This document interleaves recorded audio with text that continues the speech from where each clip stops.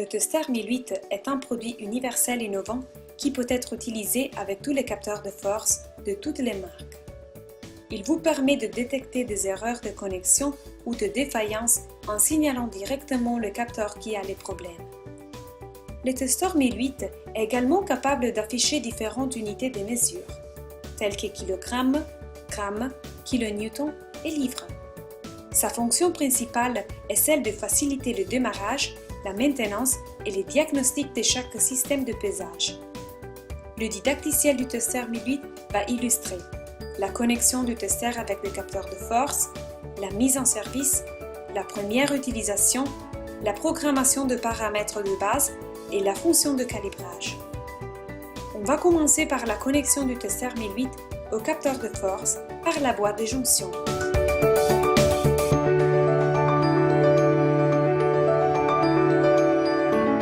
Pour utiliser correctement le Tester 1008, vous devez connecter l'instrument à la boîte de jonction à l'aide du câble de traction blanc.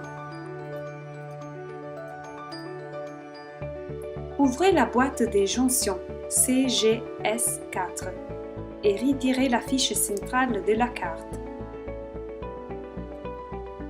Prenez les câbles blancs et connectez-les à la boîte de jonction.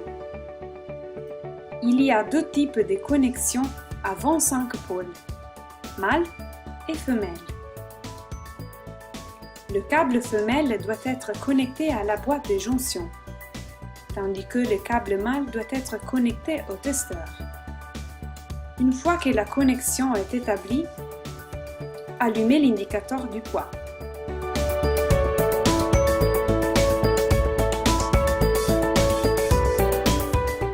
La boîte de jonction et la carte peuvent être vendues individuellement.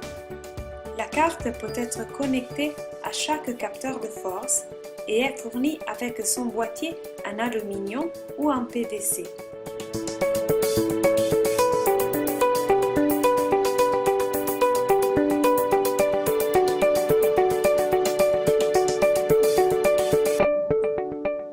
Commençons par la mise en route et la programmation du Tester 1008. Le premier paramètre à sélectionner est le nombre de cellules de charge connectées à la boîte de jonction. Plus tard, le Tester 1008 commencera par la lecture de valeurs d'impédance. Vous pouvez changer d'écran avec la flèche droite et accéder à la répartition de la charge en pourcentage et aux valeurs d'impédance détectées. Il est possible de lire certaines données même sans programmation. Ici, notez que les valeurs correctes sont celles exprimées dans la colonne de droite en millivolts par volt, en dessus du paramètre signal. Si vous changez d'écran, vous trouverez la répartition de la charge exprimée en pourcentage.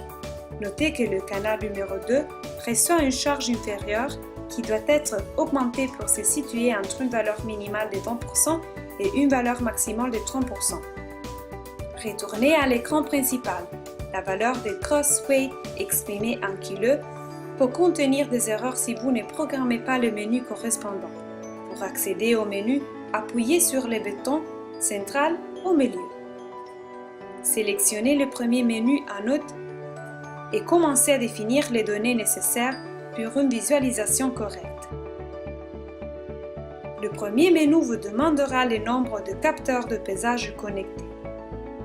Après quoi, il vous sera demandé de sélectionner l'unité de mesure souhaitée pour l'indication de poids, kilogramme, gramme, livre, kilonewton, etc. Sélectionnez ensuite la valeur de division. Il s'agit de l'incrément minimum qu'on peut visualiser.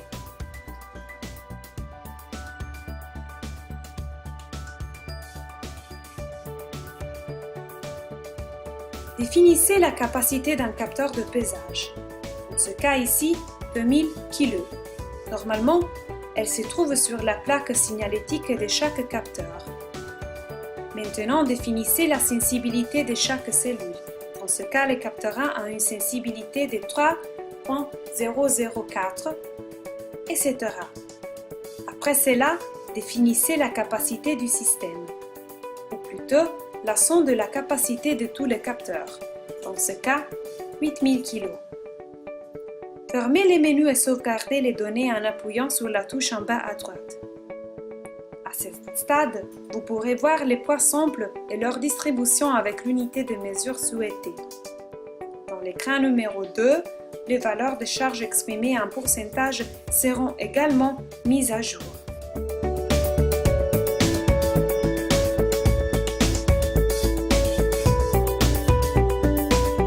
Continuons avec la lecture des données, la génération du signal et la fonction de calibration.